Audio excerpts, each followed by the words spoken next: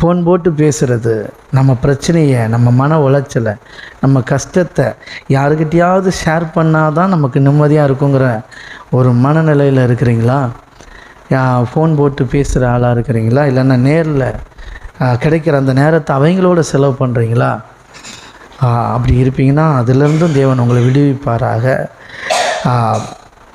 மனுஷனோட நீங்கள் எவ்வளோ நேரம் செலவு பண்ணாலும், உங்கள் மனைவியோடு செலவு பண்ணுறது வேறு, மறுபடியும் சொல்கிறேன், உங்கள் பிள்ளைகளோடு செலவு பண்ணுறது வேறு, சரிங்களா? அந்த மனைவியோடையும் தேவனுடைய ராஜ்யத்து சம்பந்தமாக நீங்கள் செலவு பண்ணால் சந்தோஷம்.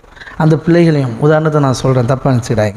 கணவன் மனைவி இருக்கிறீங்க, பேசுகிறீங்க, உங்கள் குடும்பத்தை பற்றி பேசுகிறீங்க, உங்கள் வாழ்க்கையை பற்றி பேசுகிறீங்க, எதிர்காலத்தை பற்றி பேசுகிறீங்க, அன்பை ஷேர் பண்ணுறீங்க, சந்தோஷமாக இருக்கிறீங்கன்னு வச்சுக்கோங்களேன். எல்லாமே இருக்குது. உங்கள் குடும்ப உறவை தான் நீங்கள் செய்கிறீங்க.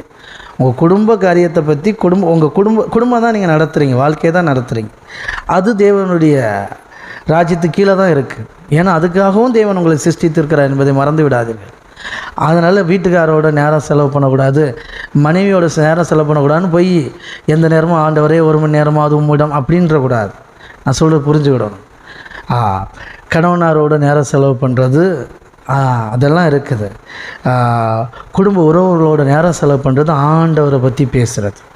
மறுபடியும் சொல்கிறேன், கணவன் மனைவி பிள்ளைகளை தாண்டிட்டா, இந்த இரத்த சொந்தத்தை தாண்டிட்டுன்னு வச்சுக்கோங்களேன். ஏன்னா இதுதான் உங்கள் குடும்பம், புரியுதுங்களா? யார்? இதுதானே ஒரு குடும்பம். அப்பா அம்மா ஒரு குடும்பம்னா எங்க? அப்பா அம்மா அப்பா தாத்தா பாட்டிலாம் ஒரே வீட்டில் இருந்தால் தான் அது ஒரு குடும்பம். 2 வீட்டில் இருந்தால் அது 2 குடும்பம். எத்தனை பேர் புரியுது எது சொல்கிறது? நாங்கள் எங்கள் பாட்டிக்கிட்ட தான் பேசுவேன், எங்கள் அத்தைக்கிட்ட தான் கதை பேசுவேன் அப்படிம்பாங்க. அது வேறு குடும்பம். நான் உங்கள் குடும்பத்தை பற்றி பேசிகிட்டு இருக்கிறேன். உங்கள் குடும்பத்துக்கான காரியத்தை நீங்கள் பேசுகிறீங்கன்னா தேவனுடைய ராஜ்யத்தோடு இணைஞ்சிருக்கிறீங்க. உங்கள் கணவனார், பிள்ளைங்க, மனைவி, நீங்கள் எல்லோரும் சேர்ந்து உங்கள் குடும்பத்தில் நீங்கள் மேன்மை அடையும் போது தேவனுடைய ராஜ்யம் கட்டப்படுது, தேவனுடைய ராஜ்யமும் வளருது. புரியுதுங்களா? ரைட். அப்போது அதே நீங்கள் உங்கள் சொந்த பந்தத்திட்ட ஆண்டவரை பற்றி பேசுனீங்கன்னா அது தேவனுடைய ராஜ்யம். புரியுதுங்களா?